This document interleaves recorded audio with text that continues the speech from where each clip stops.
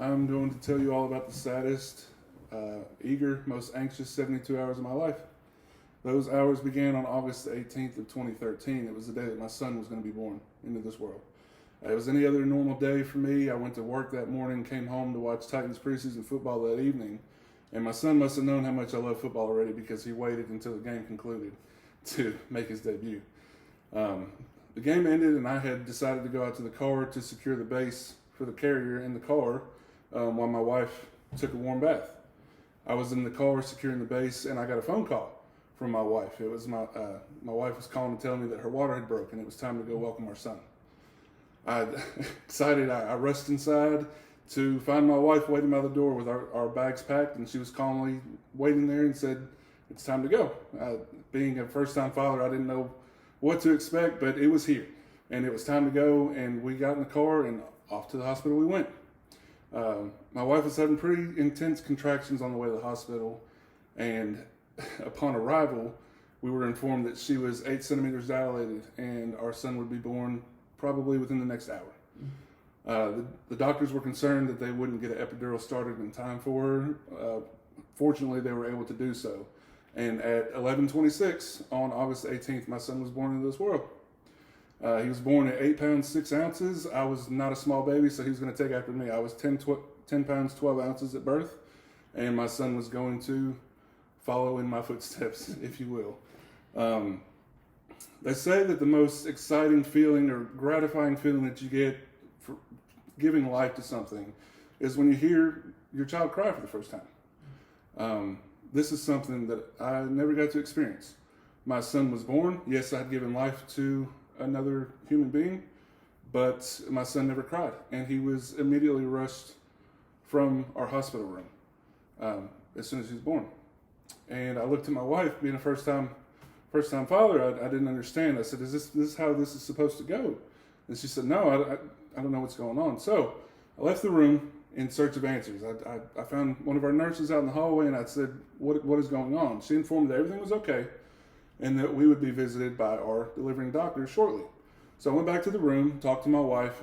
Pulmonary specialist came in and was asking family medical histories with any issues that may have been around. We found this strange, but at the time didn't really know much about it. We were visited by our delivery doctor, who informed us at the time that our son was placed on a ventilator in the NICU, and he would remain there for the foreseeable future. We got to visit our son through an incubation chamber the first evening that he was alive, and the next morning we were informed that the hospital was unable to provide him with the proper care and that he was going to be transported to Centennial Medical Center downtown. That morning he was transported via ambulance, which we followed by car, to Centennial Medical Center downtown, where he was again put into an incubation chamber in the NICU unit. We visited him there most of the day and were informed by them that they could not provide him with the proper care either. So late that afternoon, we were transported to Vanderbilt Medical Center, where my son would spend the duration of his life. On August the 21st of 2013, we were informed that my son's lungs nor kidneys had developed properly in utero.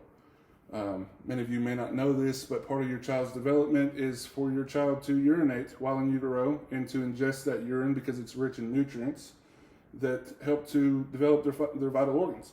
And consequently, my son was unable to do so, and as a result of this, his kidneys nor his lungs developed properly.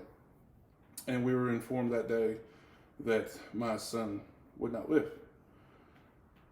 On August the 21st, we took my son off of his ventilator, and I held my son for the first time, which would also be the only time that I would hold my son. Surrounded by friends and family from all over the country that had came to meet him and ultimately say goodbye to him as well, my son laid in my arms while I loved on him and allowed others to do the same.